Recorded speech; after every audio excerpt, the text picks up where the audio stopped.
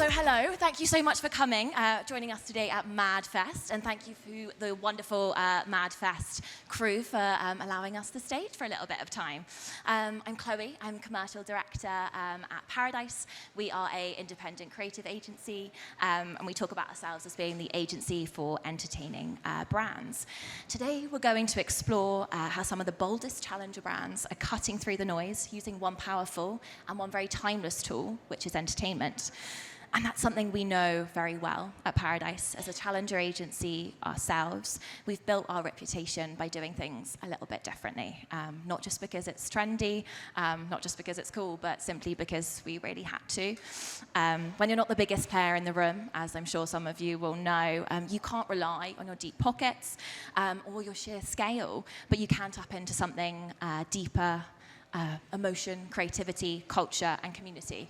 And that's what we're going to talk about today. So today we're going to hear all about how challenger brands are turning constraints into creative gold, launching viral moments on shoestring budgets, building loyal followings beyond the confines of paid media, and are staying unforgettable by entertaining first and selling second. So with me to explore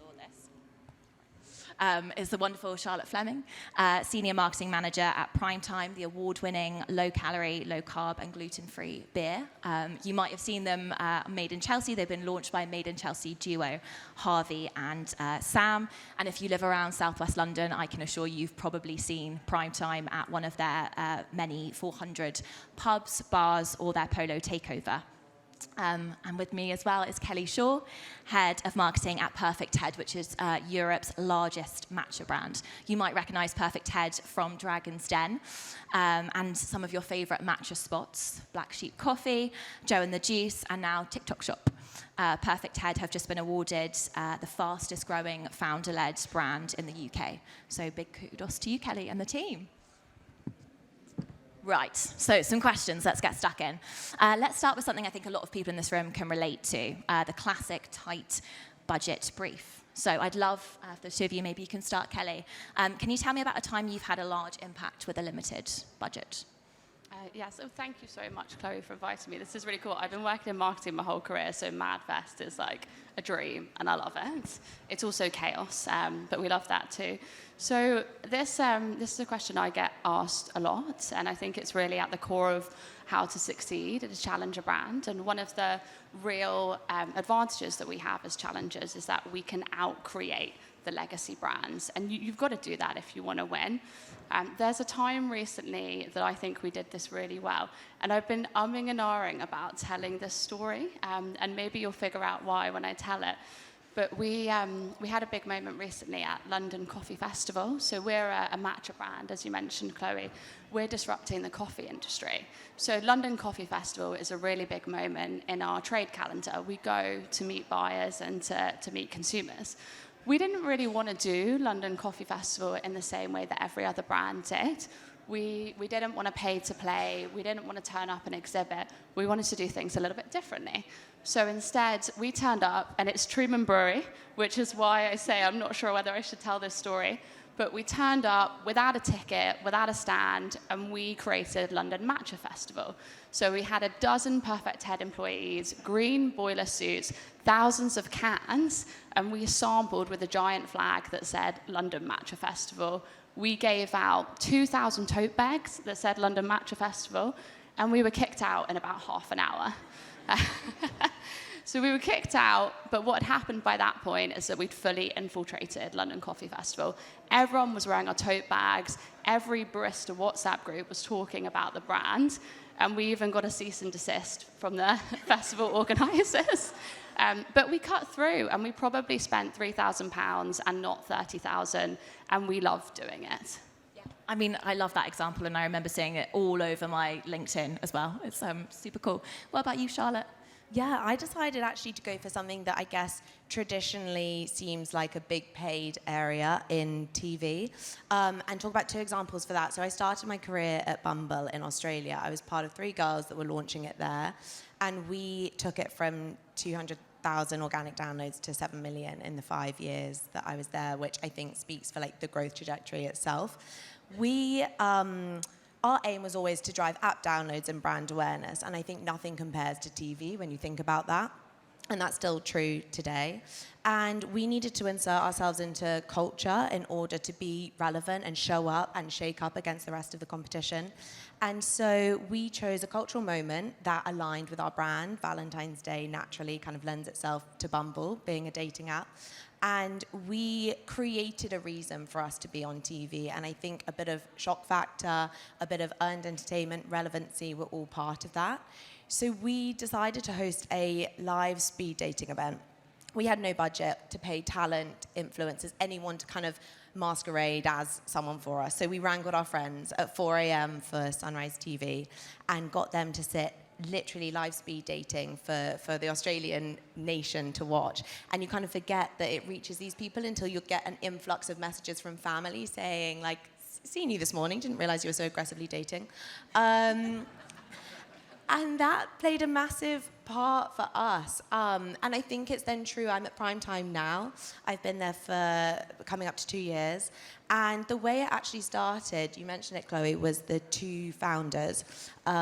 They decided to use their platform and their area of relevancy, which was who they were, the circles they moved in. And they went on Made in Chelsea to launch the brand. It wasn't that they were already on it, but they saw the chance to talk about themselves and leverage that in order to then talk about prime time. And that played a huge part in the launch for us. Not only did it open up other networks of people that also had a following, it reaches 800,000 people an episode. It's something you consider TV ads, catch-up TV. I know that's huge budgets, but actually there are ways that you can do it by finding the relevancy, the entertainment, and really leveraging that to get yourselves in the places and the spaces that you want to be playing. Yeah, I mean, I think all important kind of challenger brands or new to market brands, they use what they've got, right? The kind of strings to their bow, the things that they can really leverage and just really kind of pull strong on that, which I think is super cool. You touched a little bit about culture. I think we talk about culture, like culture isn't just like fashion and football. I mean, it kind of can be if you want it to be, but it's not it's not just that. It's about really recognizing and reflecting the things that matter most to your community and how you're looking to kind of engage with that community. Kelly, I'd love to know, do you think it's possible to ingrain yourself in culture as a startup challenger brand? I think it's possible, but if you're really specific about the culture that you want to ingrain yourself within. So for us, we're targeting an 18 to 35-year-old woman, and we're really bullish about that. So we're thinking quite consciously about who she is and what is the culture that she cares about. So she is interested in fashion. We're not a fashion brand, but we will show up in fashion. So we know that audience cares about Tala. We know that they care about Bijou de Mimi, about Glossier, these very popular Gen Z millennial brands that you might not have all heard of. But we will partner with these brands and we will do a matcha pop-up in their store. So we're doing one today all day at Glossier in Covent Garden, right down the road from you actually. So we will serve a bespoke matcha latte, something unique to that store, that consumer, and we'll show up there. And what we've done is managed to create a marketing team that can deliver up to 12 events like this a week. So someone on Saturday might go into Tala, receive a matcha latte from us for free, go to Glossier, get the same experience. And what that means is for that target consumer, we feel everywhere. And they will come up to us and they say, we see your brand everywhere. But anyone outside of that, you might not see us yet. And that's okay, because what we really want to do is create a brand that for that consumer feels like it's theirs. It's more than just a product. So I think in that culture we've succeeded. But broader culture, we'll get onto that, I think, as we grow. And I think it's something we talk about a lot. It's that kind of depth of experience rather than the breadth, right? You know who your customer is. You want to make sure that you're showing up in all of those right places. And then, then we'll look at mass once we've got this group of advocates. Definitely. And I think as an early stage brand, you've got to be really careful about the way you portray yourself and what you associate with, because that's all going to influence the perception that consumers have of you. So if you start to be everything for everyone, you lose your identity. Which I think is so important, right, at the beginning of a journey. Okay, so we've touched upon culture, we've talked about constraint with budget, but we all love beautiful work, right? And creating a moment in time, but ultimately marketing activity really has to drive growth. Like ultimately it's all about the bottom line. So Charlotte, I'd love to know, how have you seen bold or entertaining marketing directly tie into commercial success? Do you have a moment where you saw a real brand to bottom line impact? Yeah, so I think what I want to talk about here is slightly off-piece from just the traditional consumer marketing. We decided to crowdfund last year, which is an activity that I led for our team. And there's a lot of brands that will raise, and we raise separately to that as well. And there's a lot of brands that will crowdfund. They will, not all the time, but successful ones will have a database of people that are already there. And as a challenger brand, as a startup, we don't necessarily have access to that. So we really lent into entertainment in order to secure our bag, I guess. So we know that through our content, our founders already draw an audience. Humor works amazingly to engage people and retain them. And we lent into that. So everyone creates an investment video to raise awareness for what their purpose is and what they're doing. We decided to use our founders and create a spin-off of, if anyone's seen Step Brothers, it's Prestige Worldwide was the scene, and we got them to do Primetime Worldwide as our investment video, which isn't going to appeal to everyone, but it's definitely very entertaining, it's shareable. We launched with that, and in the first 24 hours, we had over 5 million organic kind of reach from people that had shared our content when we went live with the video on Instagram. And ultimately, that helped lead us to 400 new investors that came in and joined our community. We raised over £1.2 million. But beyond that, it's brought people into our community that are such strong advocates of primetime, and I'm so grateful to have them there because they are our word of mouth people that then go out and talk about the brand. They care about it similarly to how we do. They know the ins and outs of it. They're backing us in their corner because they want to buy primetime. They obviously want to drive the success of it, and that has played a huge part commercially for us operating as a small business. That's a huge factor in the success of it as well. I mean, I think that's so smart. You've basically got a group of advocates who are proud of your brand. Like, they want to tell people about it. They are running around doing all the hard work sometimes for you, which I love. I think that's wicked. Okay, I would love to know, maybe back to you, Kelly, what's the biggest learning from your experience so far? I think a lot of people would love to know. This is a tricky question. I've been working with founder-led brands for most of my career, and I think I was originally going to talk about the things which are maybe a little bit more, I guess, not as exciting, which is obviously you've got to move at pace and you've got to be agile. We all know that, but I think what I'm coming to realise, particularly now more than ever, is the importance, particularly in a marketing department, of creating the space and a culture of creativity. I think if you want to foster earned first thinking, and if you want to cut through and you want to stand out, you really need creative and bold ideas. And you're not going to get that from a team when you're not creating the space or the environment to facilitate that. I went to see James Watt, the founder of Brewdog, speak recently, and he did something that I absolutely love. So he locks himself in a room for 2 afternoons a week. Maybe you can only do this as a founder. But he says, no phones, no computers, no internets, don't disturb me unless someone is dying, and I'm just going to whiteboard. I'm going to think about ideas. I'm going to ideate. I'm going to come up with those big cut-through Brewdog campaigns, and I think that's a big part of their success, and I'm trying to, in our team, create that kind of culture. I think we've got some room to go, but creativity is really important. Yeah, and I think that's so true. We spend a lot of time in the weeds, and you get very stuck, and you kind of look at other brands, and you go, oh, maybe I should do that, or maybe I could take a little bit of that thinking, and great, yes, do, but put your own spin on it and give yourself that headspace to really facilitate those new and exciting kind of conversations and ideas. What about you, Charlotte?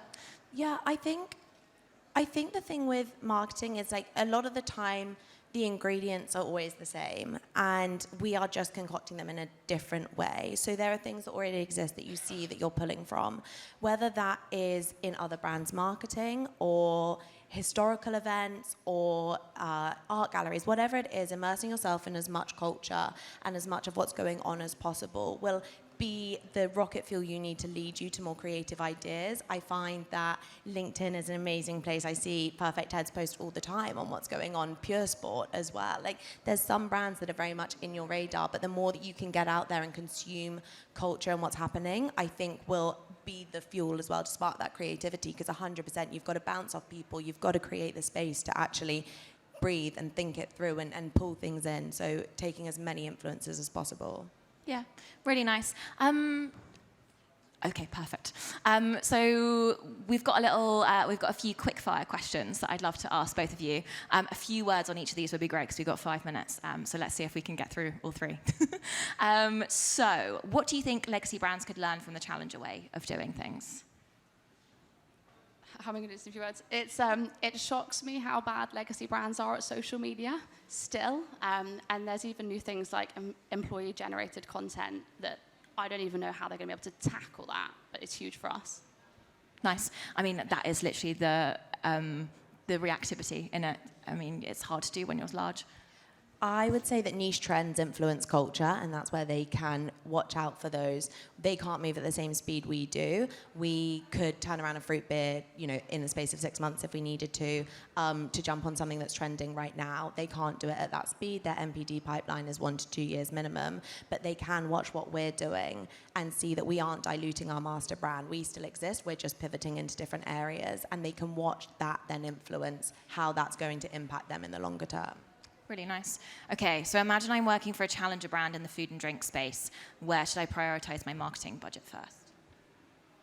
Stock and content creators. We underestimate the value of trial in marketing. Trial as much as you can of your product. Get that extra stock in your marketing budget, and you can do a lot more with a full-time content creator than you think. Nice.